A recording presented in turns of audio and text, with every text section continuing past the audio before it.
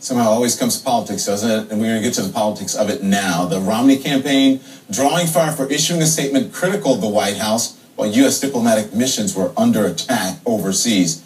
Richard Williamson is the Romney campaign's senior foreign policy advisor. He joins us now from Chicago. Ambassador Williamson, thank you for joining us. You know, Mitt Romney was reacting to a statement released earlier in the day from the U.S. Embassy in Cairo before the embassy's walls were breached. We have that statement, and it reads like this. The Embassy of the United States in Cairo condemns the continuing efforts by misguided individuals to hurt the religious freedoms of Muslims, as we condemn efforts to offend believers of all religions. So now, before we talk, I want to read part of Mitt Romney's response to the embassy statement. He said, I'm quoting here, "It's disgraceful that the Obama administration's first response was not to condemn attacks on our diplomatic missions, but to sympathize with those who waged the attacks."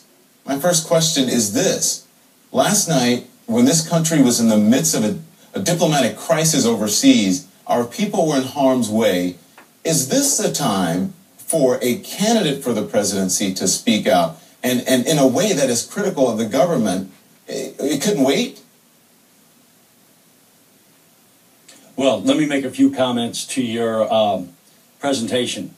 One, the statement issued by the U.S. Embassy on behalf of the Obama administration did apologize for the fact that we have free speech and pluralism in America, as in our Constitution, our values, our history. Second, that statement was reissued after the embassy was breached. It remained on the website. Third, when Governor Romney made his statement of concern that this apology was inappropriate, that we should stand up to our values, it was only then that the White House said, well, gee, we never cleared this. So those are the first facts. Secondly, by the time the statement was issued, the breach of sovereign U.S. territory in both Benghazi and Cairo were over. Third, it's the responsibility of our political leaders to stand up for what they think are right. Yeah. And Governor Romney doesn't think it's right to apologize that we allow people the freedom of speech. Mm-hmm. He's not condoning how this movie or others might use that freedom. But that is in our Constitution, that is our values, that is our history. Those are the things brave Americans have stood for and died for. Okay, and Ambassador. Of course, we have condolences and sympathies for the people that died. They served our country well. Absolutely, and that is the point here. Instead of focusing on the people who have lost their lives and the people who are in harm's way, we're talking about who should be apologizing for what, when most people see that is not the story. So and I thank you for everything you just said, but my initial question was, it couldn't wait? Well, let me again reiterate.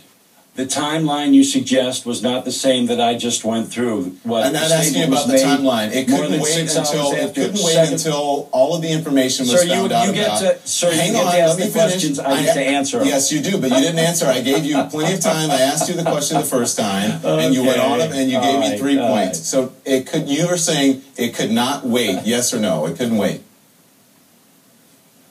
That's a silly question. Almost anything. It's not a silly question, because now we're looking at you're having to backtrack now and talk about a statement, and so it's not a silly question. That's why you're here, is to talk about that statement. Go ahead. I came here to talk about the failed policies in the Middle East, which is what the American people are interested.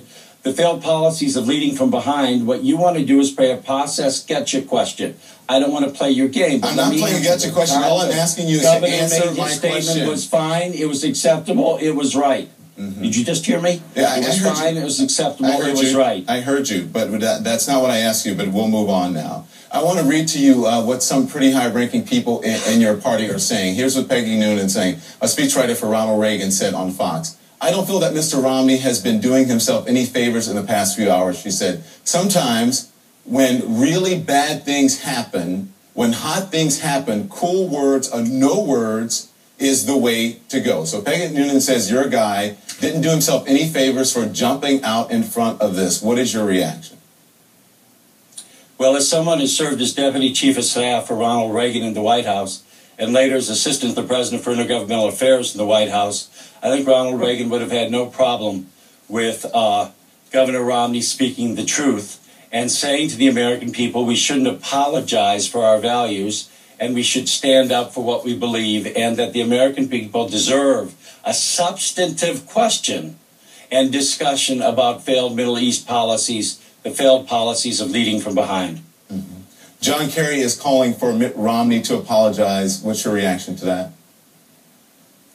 Well, you know, it was funny. John Kerry, chairman of the Foreign Affairs Committee, in his convention speech attacked Governor Romney for being like President Bush and the Iraq and Afghanistan policies, both of which he voted for. So when the chairman of the Foreign Affairs Committee apologizes for those votes, then he's in a position to ask for others to apologize. Mm-hmm. Back to sort of my initial question and how you and I got off on bad footing here.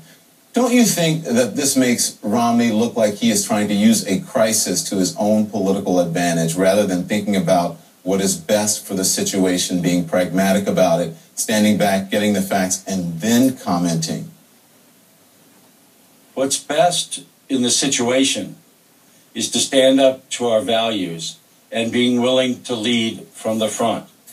Whether it's in Egypt or in Libya or in Syria, where 20,000 people have died, gruesome deaths from atrocities, or whether it's Iran, close to a nuclear breakout, where there's been huge advances irrefutably under President Obama, whether it's the fact that we have a hemorrhaged relationship with our most reliable ally in Israel.